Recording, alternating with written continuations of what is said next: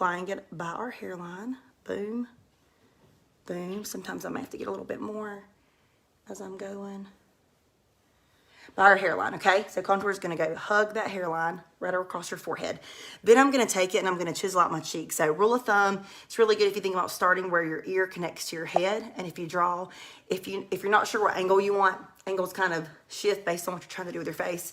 Just kind of draw from that angle to either your nose or down towards your mouth, okay? The more horizontal the line is, this way, or rounded but still straight across, the more of a lifted round look you're going to get with your cheekbone to give you a high cheekbone. If you're trying to slim your face, you're going to keep it more vertical, okay, and straight. I mean, I probably need to go vertical and straight, just saying. So I'm just going to kind of come hugging the actual bone, okay? So I'm not really worried about like my actual line. Gravity's falling. It's a little bit lower than my cheek now. It's a little bit down here. But I want to hug the actual hard bone. Contour goes under the bone, not just randomly on your face. If you want the magic, follow the bone structure, ladies. Just draw that line on there, okay? We don't draw it all the way to our mouth. I usually kind of stop it around like the iris of my eye, no farther than the pupil. If you want to do your jaw, do your jaw. I do mine because your girl, she's pregnant. She's a little thicker. So I'm going to take some and just tap it. You can tap or draw like that. Either way is fine. Along my jawline, I always try to make sure I get plenty like there, because whatever a cankle is, you know, like where your calf and your ankle just are like one thing, that's what's going on with my neck these days. Can I get an amen from anybody? So I need to chisel like there especially, and then here. So with contour and highlight, we're playing with light. Contour is like shadows, it's cooler. Brightener is what's going to draw attention and catch the eye, because when things are bright and light, the light's going to reflect off and come back to the eye to catch the eye and draw attention. When things are dark, it's going to just absorb the light and it doesn't throw it back the same way. So for example, you see I have a chin, so there's a bone, so there's a shadow. And that's all we're doing is we're playing with the shadows that are already there. I'm not trying to change how I look. I'm just trying to look a little better, just polish what I got already, okay? But you see how right here my fat pad, if you do this right here, that little double chin thing you got, it's light and bright. So that's why it catches the eye so much. You can tell there's a double chin. That light's bouncing off. Let's minimize it. This isn't making my double chin go away. It's just making it less noticeable, okay? So I'm just taking some of that contour. Now, if I put it on with my neck stretched back, my skin is stretched, and when I go back to a neutral position, which I'm in most of the day, it can displace it. So you want to try to find that area with your face fairly like straight ahead and neutral and stamp. Not necessarily where your chin is, but like behind it. Just see how it's already, look, do you see already? I haven't even blended well yet. But it looks like a shadow, so I look skintier. You gotta try it, guys. It's magic. I used to be so scared of contour, and now I'm like, what was I so scared of? This is silly. So I'm gonna pinch the sides a little bit, get some contour. I like to make this a little skinnier, because the skinnier these lines are on your nose, the skinnier your nose is gonna look. And then I'm just gonna rub gently a little bit of contour on the top of my nose, and I do let it curve out towards my eyebrow, okay? I'm gonna do the same thing on the other side.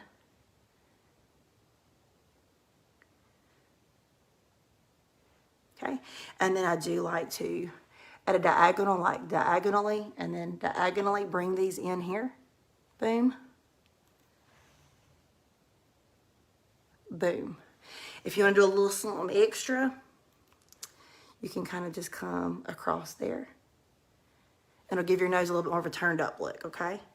So all I did was outline my nose. Well, there's my contour. If you want to give yourself a little bit of a pouty lip, get a little bit more on your brush, and we're going to dust just a little. This isn't like a full lip contour. This is just giving a little bit of a shadow under there. Okay, so I wish Everly would run through, but she's playing upstairs or reading a book, because I need my brightener. I started redoing my compact and never put more brightener in, but we're gonna roll with it. I think this is actually Amber and Sandy, so I may use them that way. So what I'm gonna do is I'm gonna take my main shade and I'm gonna take my buff brush. It does not take much at all, okay? I'm just gonna go tap, tap. There's makeup on my brush, but if you look closely, it is not all caked up. It is not all wet and goopy. It's just enough to just lightly coat the bristles, okay? So what I'm gonna do now is I'm gonna just add it to my face. So I'm gonna come back through the center of my face with brightener, and then depending on which technique I wanna use by my eyes, that as well. I'm putting everything on in one layer today. So let me make sure which one is Sandy, which one is Amber before I start though. Okay. I'm going to focus on putting this some along that beard area. Along this beard area, and then I'm going to blend it out momentarily here. And I've just kind of left a hole there where my brightener is going to go. And then my brightener is going to primarily go up here, but I'm just going to add just a little. And my brightener is going to come up to about here.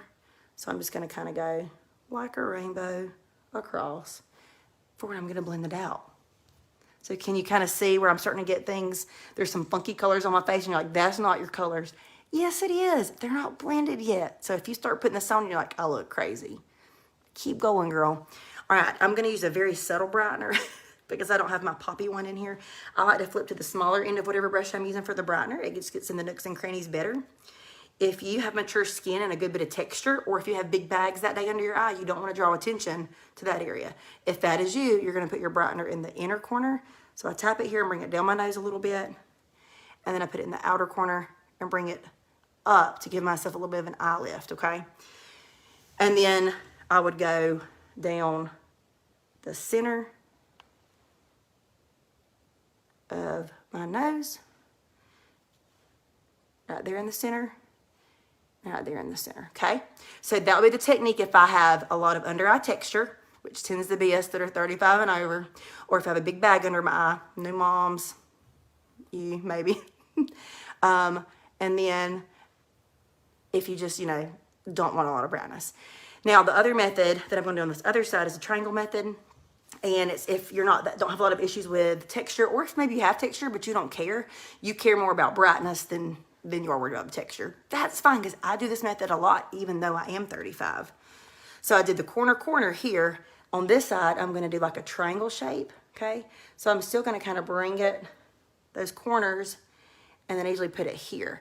I don't like to put it right under my eyeball, because wherever you touch your brush, there's more product there and it's going to cake it.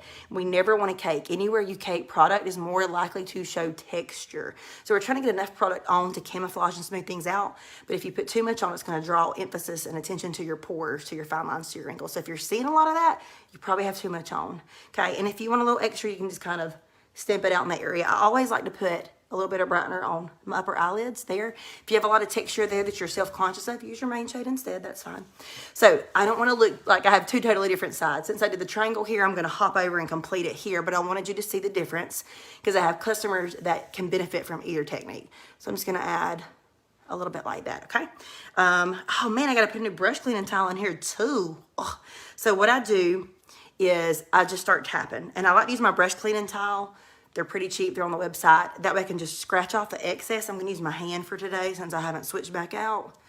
We MacGyver it. We roll with the flow because I don't want to put any more on. I just want to spread out what I already have. I start with the brighter things like the brightener, and especially in the eye area, I tap because I don't want to tug and pull too much on this delicate tissue, because if we're putting on makeup, especially every day, if that's you, and then eye creams at night and face wash and all these things, we're pulling on that delicate, thin skin, and we are creating the problem of fine lines and wrinkles. I like to make sure that brightener gets pulled on up, and I make sure it goes on the side of my nose. So I'm always in a hurry, and I'm being honest, when I'm in a huge hurry, I'm just slinging, but I try so hard to at least slow down some here and do more tapping, which if you want to be fancy, the fancy makeup people call that stippling. And then I like to just tap that into place where my brightener is, but I do like to spread that part right there out some. All right, now I'm going to go to the main shade. Just blending it out, blending everything together. Getting some pretty seamless skin going.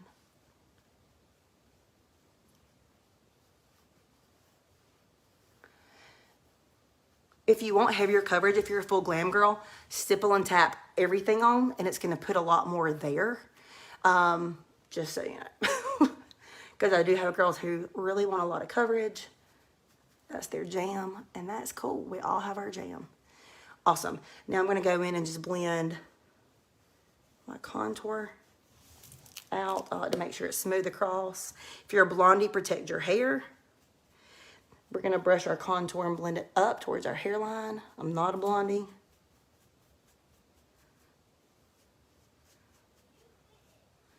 I can hear my girls arguing.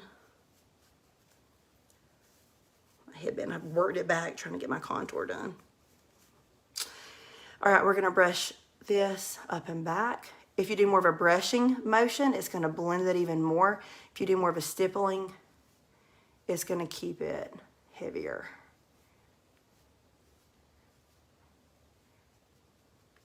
The more you blend, the more it's going to just start to kind of buff out. So just remember, you don't want to totally buff it away. And today I used indigo contour, and it's got more warmer tones.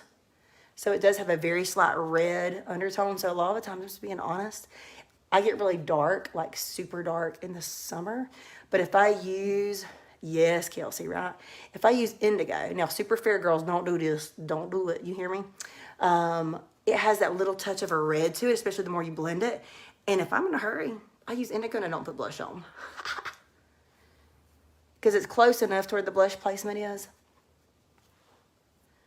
that I don't worry about it. If you did contour your jawline, don't forget to blend it. This is the one area we're going to blend our contour down. But remember, the more you blend, the more it disappears. So I try to really blend under here, not necessarily right on the jawline, but the line underneath so that it blends beautifully and seamlessly, so I don't have like a weird beard thing happening. And then I make sure this is just blended across, but I don't want to blend too much because remember, I'm pregnant. I got a double chin. I still want to keep that. And like, if you finish it and you're like, I need to touch it up, you can totally touch it up when you're done, okay?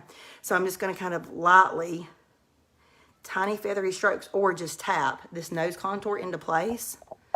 The sun is moving outside, so it's shifting my lighting. What's up, Rachel? Tapping it. You don't want to let your contour come too far down your nose because it's going to make your nose look wider.